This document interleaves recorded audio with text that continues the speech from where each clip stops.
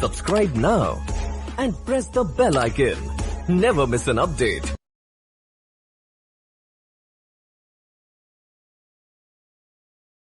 Ready? 5 seconds.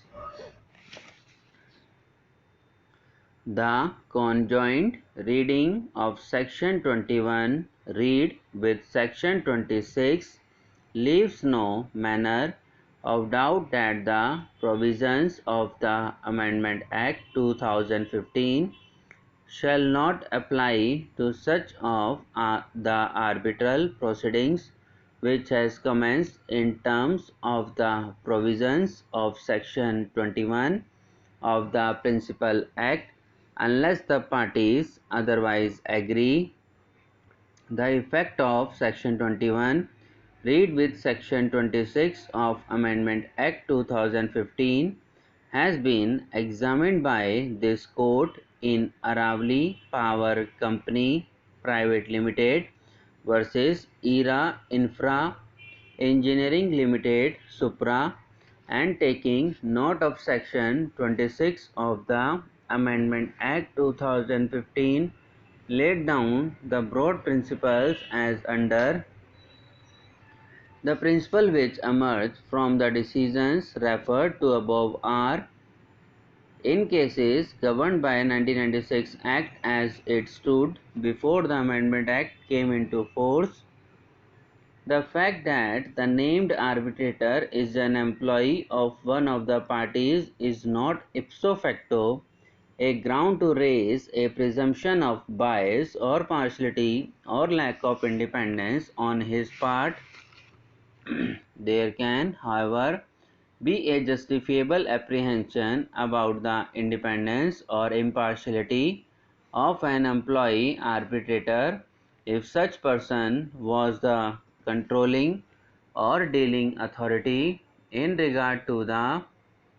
subject contract, or if he is a direct subordinate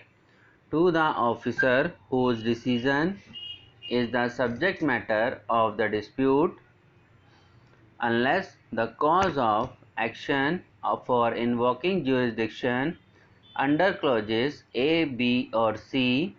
of subsection 6 of section 11 of the 1996 Act arises,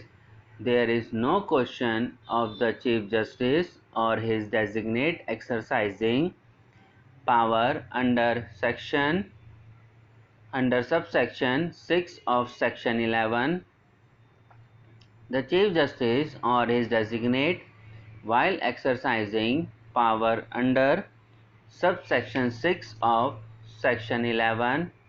shall endeavour to give effect to the appointment procedure prescribed in the arbitration clause. While exercising such power under subsection 6 of section 11, if circumstances exist giving rise to justifiable doubts as to the independence and impartiality of the person nominated, or if other circumstances warrant appointment of an independent arbitrator, by ignoring the procedure prescribed, the Chief Justice or his designate may, for reasons to be recorded, ignore the designated arbitrator and appoint someone else. In cases governed by 1996 Act after the Amendment Act has come into force, if the arbitration clause finds fault with the amended provisions, the appointment of the arbitrator, even if apparently in conformity with the arbitration clause in the agreement, would be illegal, and thus the court would be within its powers to appoint such arbitrator as may be permissible, which has been further appointed in SP Singla Constructions Private Limited case Supra. The conjoint reading of section 21 read with section 26, leaves no manner of doubt that the provisions of the Amendment Act 2015 shall not apply to such of the arbitral proceedings which has commenced in terms of the provisions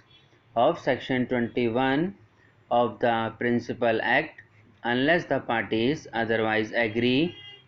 The effect of section 21 read with section 26 of Amendment Act 2015 has been examined by this court in Aravali Power Company Private Limited versus ERA Infra Engineering Limited, Supra, and taking note of section 26 of the Amendment Act 2015 laid down the broad principles as under. The principles which emerge from the decisions referred to above are: in cases governed by 1996 Act as it stood before the Amendment Act came into force, the fact that the named arbitrator is an employee of one of the parties is not ipso facto a ground to raise a presumption of bias or partiality or lack of independence on his part. There can, however, be a justifiable apprehension about the independence or impartiality of an employee arbitrator if such person was the controlling or dealing authority in regard to the subject contract, or if he is a direct subordinate to the officer whose decision is the subject matter of the dispute, unless the cause of action for invoking jurisdiction under clauses A, B, or C of subsection 6 of section 11 of the 1996 Act arises, there is no question of the Chief Justice or his designate exercising power under subsection 6 of section 11. The Chief Justice or his designate, while exercising power under subsection 6 of section 11, shall endeavour to give effect to the appointment procedure prescribed in the arbitration clause. While exercising such power under subsection 6 of section 11, if circumstances exist giving rise to justifiable doubts as to the independence and impartiality of the person nominated, or if other circumstances warrant appointment of an independent arbitrator, by ignoring the procedure prescribed, the Chief Justice or his designate may, for reasons to be recorded, ignore the designated arbitrator and appoint someone else. In cases governed by 1996 Act after the Amendment Act has come into force, if the arbitration clause finds foul with the amended provisions, the appointment of the arbitrator,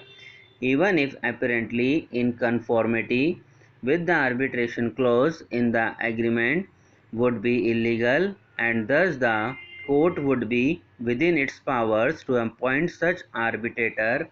as may be permissible, which has been further considered in SP Singla Constructions Private Limited case, Supra. The conjoint reading of section 21 read with section 26 leaves no manner of doubt that the provisions of the Amendment Act 2015 shall not apply to such of the arbitral proceedings. Subscribe now and press the bell icon. Never miss an update.